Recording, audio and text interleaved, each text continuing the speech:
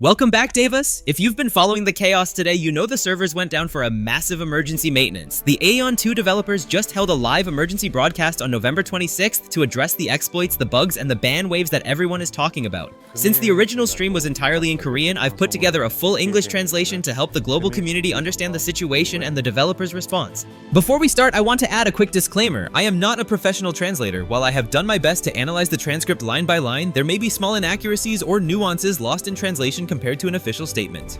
My goal is simply to bridge the language gap so you can stay informed on the major changes regarding the Draupnir Cave Exploit, the Abyss Corridor infinite entry bug, and the new server delay.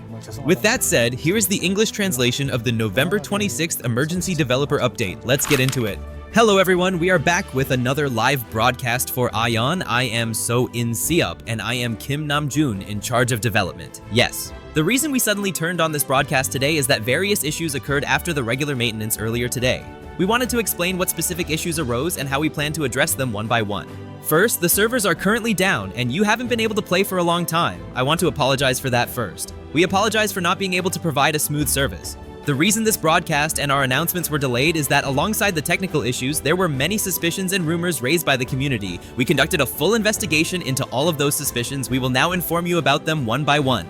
First, let's talk about the dungeon, specifically in Draupnir Cave. Today, we changed the system so that the entry count for Expedition and Transcendence dungeons would only be deducted upon killing the final boss. After this change, an issue occurred where players would enter, kill only the monsters at the front to farm Kinah, and leave without clearing the dungeon to avoid the entry deduction. We investigated this fully. There were 1,098 players who utilized this method after the issue arose. The total Kinah earned was about 450 million. However, starting today, we have implemented a limit on the amount of Kinah a character can acquire from drops in a day, which is 2 million Kinah. When we checked if anyone exceeded this via the exploit, not a single person had. The highest amount obtained by a single person was about 1.6 million Kinah. Therefore, we plan to limit the Kinah obtainable from normal monster hunting in Expedition and Transcendence dungeons to 2 million. To explain why no one crossed 2 million, we shut down the servers very quickly when the issue arose, so massive amounts of Kinah were not generated. While this wasn't exactly a bug, but rather a difference in farming mechanics, we are setting the 2 million limit as a policy response. Second, there was an issue where infinite entry to the Abyss Corridor was possible. We confirmed cases where players entered infinitely to acquire massive amounts of Abyss points. Here is how we will handle this. The reason this happened was a problem with the dungeon server while we were taking down the Draupnir Cave system. The verification system briefly turned off. We identified users who entered a single dungeon 3 or more times. We assumed entering once or twice might be accidental or unnoticed, but entering 3 or more times was deemed intentional abuse. There were 2,440 such players. One player earned up to 120,000 Abyss points. Some earned as little as 3 AP. We judged all these players as having intentionally exploited a bug. We plan to issue a 7-day suspension, which is the maximum allowed under our current operating policy. Additionally, all items and points gained from the corridor will be confiscated. Abyss points, Kinah, and skill point boxes will all be reclaimed. If you already used the skill points, we will reset them. If you bought items, we will reclaim the items. I know some of you may be dissatisfied with only a 7-day ban. We checked our policies to see the maximum penalty, and 7 days is currently the max. However, since the service has only been open for 8 days, being unable to access the game for the next 7 days will be a significant penalty in terms of progression.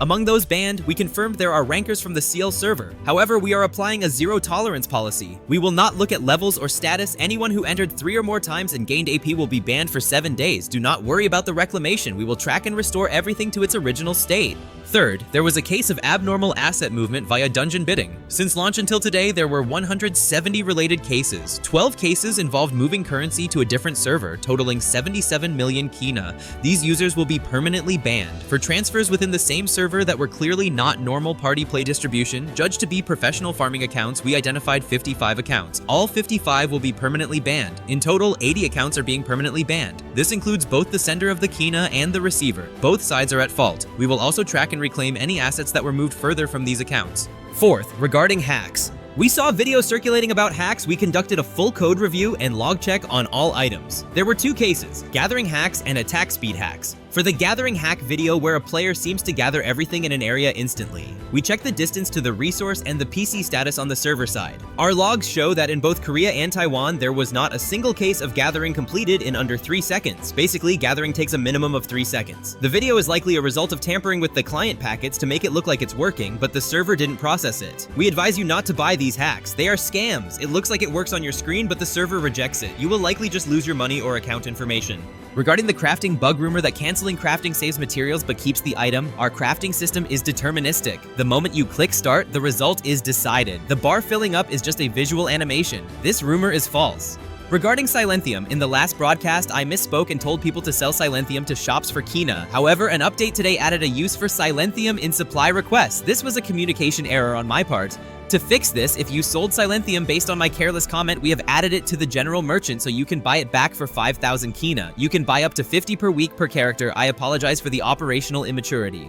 Now, regarding the update changes after this emergency maintenance, first, we are reverting the Draupnir and Transcendence reward deduction change. The count will be deducted when you open the Ode Energy Cube, not when the boss dies. This restores it to the original method. Second, we will compensate tickets to those who lost them due to the bug where rewards didn't drop if you only had one ticket. Third, since we capped mob Kinah drops at 2 million, we are increasing the Kinah obtained from the Ode Energy Cube by 50%. We want to reward clearing dungeons rather than endless grinding. We are also increasing the drop rate of enhancement stones from the Odd Energy Cube to help players catch up. Also, if you disassembled wings today during the bug window, we will roll that back. Regarding the new server, since we need to ensure stability after fixing these massive issues, we are delaying the opening of the new server by 1 day. The new opening time is Thursday, November 27th at 8 p.m. Note that the new server will not be included in the integrated auction house for now. Since maintenance was so long, we are extending membership by 3 days. For general compensation, we are providing food, combat scrolls, and ode energy. Additionally, since many requested it, we are adding 10 resurrection stones. The maintenance is expected to end at 7:10 p.m. today.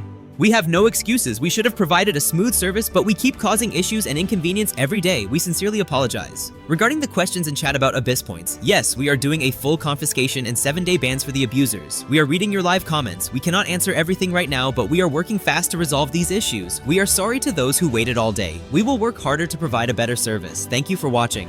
And that wraps up the emergency developer update. Just to give you a quick recap of the most important takeaways. First, the ban hammer. Over 2,400 players who abused the Abyss corridor entry bug have received 7-day suspensions and a full wipe of their earned AP and items. Meanwhile, 80 accounts involved in RMT and gold buying have been permanently banned. Second, economy changes. There is now a 2 million Kinah daily cap on open world mob drops to stop bots, but to balance this, they have increased dungeon Kinah rewards by 50%. Third, the schedule. The new server launch has been delayed by 1 day and will open on Thursday, November 27th at 8 p.m. Finally, compensation. Don't forget to check your mail. Because the maintenance was so long, everyone is getting a 3-day membership extension plus a bundle including food, scrolls, and 10 resurrection stones. Let me know in the comments below, do you think a 7-day ban was fair for the exploiters or should it have been permanent? Thanks for watching, and I'll see you in Atreya.